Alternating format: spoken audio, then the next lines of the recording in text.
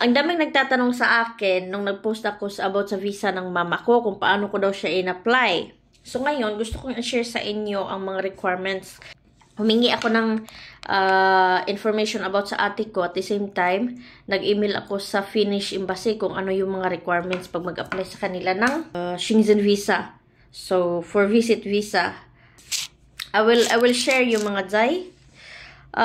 Yung sa mama ko, no, siya yung applicant. Yung need is passport, tsaka passport photo. So, may ano siya, hiningan siya ng passport photo, tsaka passport. Tapos, travel medical insurance, minimum of 30,000 euros. So, ang nakalagay, ito siya, nakalagay sa, hindi ko na-check yung sa German. Ito siya ang nakalagay sa Finnish immigration. So, travel medical insurance, minimum of 30,000 euros. Pero, 30,000 euros ang minimum nila mga jay. So, dapat naka-covered yung whole journey niya. For example, aalis yung mama mo ng June until June 1 until July 1. So, dapat yung coverage ng tawag nito, insurance niya, medical insurance is from June 1 until July 1. So, hindi siya pwede na June 1 until June 30 lang. So, dapat makover lahat ng journey. At saka, and then, invitation letter. So, itong invitation letter, ikaw pwede kang gumawa ng invitation letter from the sponsor. Kung ikaw mag-sponsor, so, ikaw yung gagawa. Kung ako mag-sponsor, ako yung gagawa. Kaso lang, yung ate ko yung sponsor. So, sabi nung nag-appearance na sila, sabi ng immigration is hindi naman siya, wala naman siya sa Germany, hindi din siya nakatira doon. So, yung hiningan ng invitation letter, yung asawa niya. So, nilagay doon sa invitation letter na isasama niya yung biyanan niya, yung mama ko. Isasama nila yung mama ko papuntang, papuntang Europe as a birthday gift. So, nilagay din dun na kailan yung mga possibility date na pupunta sila. So, yun.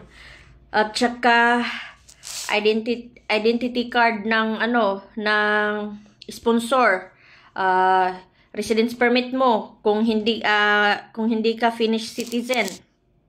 Kung may trabaho ka, employment contract mo, 3 months pay slip mo, 3 months bank statement mo, dapat a copy of the position of the dwelling. Ito yung lease agreement mo, yung tawag nito, yung bahay mo, lease agreement, deed of sale, kung ikaw ang may-ari, register. Basta lahat na yung lahat na nagpapatibay na may may titirahan yung pamilya mo pagdating dito sa Finland. Yan. Tapos proof of family ties. Ito, din yung ate ko, birth certificate, marriage contract.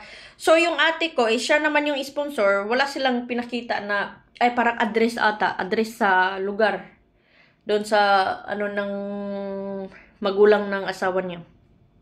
So, proof of family ties, nagdala daw yung ate at saka mama ko ng birth certificate nila, tapos marriage contract ng mama ko. Yun. Tapos, documents confirming applicant circumstances. So, yung applicants, for example, yung mama ko. Kaso lang, yung mama ko, wala naman siyang may bank account siya, pero wala namang laman. So, yung ginawa, yung ate ko, yung binigay niyang bank account is sa kanya. So, nilagay niya yung bank account niya. Yun yung ginamit niya, kasi siya naman yung sponsor. Tapos, hindi na hiningan yung mama ko. Yun na lang yung, kasi sabay naman silang pupunta. Tapos, kung self-employed ka, kung may negosyo ka, or yung, for example, yung yung kapatid mo or mama mo doon, o kung may negosyo sila, pwede yun, DTI, income tax return, or business financial statement, pwede yun Pero sabi nung ate ko, nung daw sila, nag-apply, hindi na daw kinuha yung birth certificate. Pero ewan ko, depende siguro yan siya mga jay sa sa immigration officer, no? So, at least na dapat i-comply nyo lahat ng requirements. Tas, kung gusto nyo, kung mas may mga tanong pa kayo, ko dito, ko yung link dito sa Finnish Embassy na link. Yung mga requirements talaga para kayo yung maka-check. Tapos, yung email address din nila. So, ilagay ko din yung sa mga German requirements sa gustong mag-apply na nasa Germany.